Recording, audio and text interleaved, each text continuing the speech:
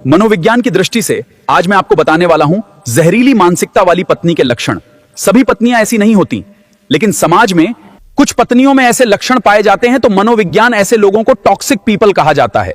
जहरीली मानसिकता वाली पत्नी के लक्षण और उसके पीछे की साइकोलॉजी को जानने के लिए वीडियो को पूरा देखना।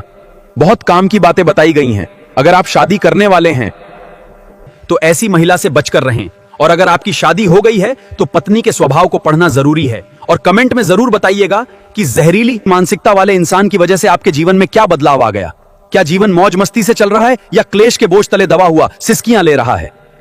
जहरीली मानसिकता वाली पत्नी का पहला लक्षण, घर की शांति खुशी हजम नहीं होती। वो घर को शांति की जगह नहीं बल्कि अपनी सत्ता और हनक को पर दिखाने का अड्डा समझती हैं। जब घर में कोई खुशी का माहौल हो या कोई पार्टी या कोई त्योहार, तो ऐसी जहरीली मानसिकता वाली पत्नी छोटी छोटी बातों पर झगड़ा, ताने, ऊंची आवाज और तनाव पैदा करके माहौल खराब कर देती है और अपना मुंह सिंघाड़े जैसा बनाकर बैठ जाती है।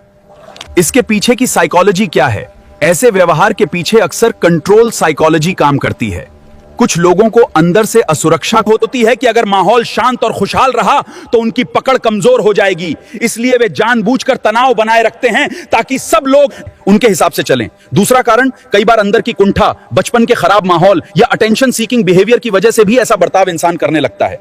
अब जहरीली मानसिकता वाली पत्नी का दूसरा लक्षण, पति को एटीएम या गुलाम समझना। ऐसी पत्नी रिश्ते का मूल्य भावनाओं से नहीं बल्कि सुविधा और फायदे से तय करती है। जब तक उसकी इच्छाएं पूरी होती रहें तब तक सब ठीक, लेकिन जैसे ही उसकी इच्छाएं पूरी होना बंद होती हैं और उसका जहरीला बर्ताव शुरू हो जाता है।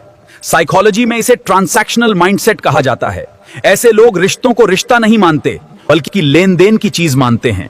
ऐसी पत्नियों को लगता है कि सामने वाला इंसान नहीं बल्कि उनकी जरूरतें पूरी करने का साधन है। तीसरा लक्षण, पति को उसके अपनों से काटना। वो धीरे धीरे पति के माता पिता, भाई बहनों और दोस्तों के खिलाफ जहर भरने लगती है।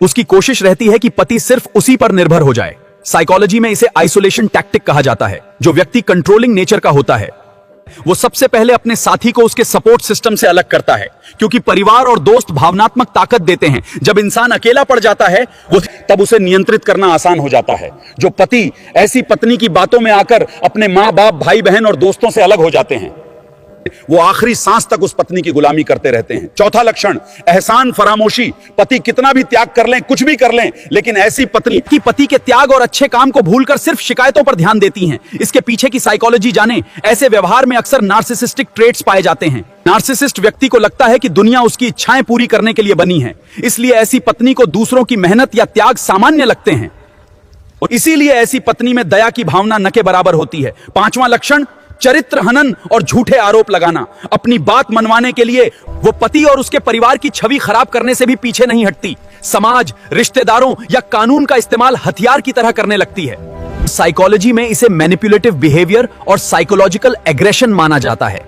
जब किसी व्यक्ति को लगता है कि वो सामान्य बातचीत से जीत नहीं सकता तो वो डर, बदनामी और भावनात्मक दबाव का सहारा लेने लगता है। ऐसे लोग अक्सर अकाउंटेबिलिटी से बचने के लिए ब्लेम शिफ्टिंग करते हैं। छठा लक्षण, सहानुभूति का ढोंग, जिसे विक्टिम कार्ड कहते हैं। गलती पत्नी की होती है, लेकिन दुनिया के सामने वो खुद को पीड़ित दिखाएगी। रोना, भावुक बातें करना और खुद को बेबस बताना उसकी रणनीति बन जाती है। साइकोलॉजी में इसे विक्टिम मेंटालिटी कहा जाता है। कुछ लोग सिंपैथी को शक्ति की तरह सब इस्तेमाल करते हैं। उन्हें पता होता है कि भावनात्मक कहानी सुनाकर वे लोगों को अपनी तरफ कर सकते हैं। इस व्यवहार में इमोशनल मैनिपुलेशन और अटेंशन सीकिंग दोनों शामिल हो सकते हैं। अगर आप जहरीली मानसिकता वाली महिला को काबू में रखने का तरीका चाहते हैं तो कमेंट में बताएं, और वीडियो कैसी लगी कमेंट में जरूर बताएं, और वीडियो को अपने दोस्तों को शेयर जरूर करें।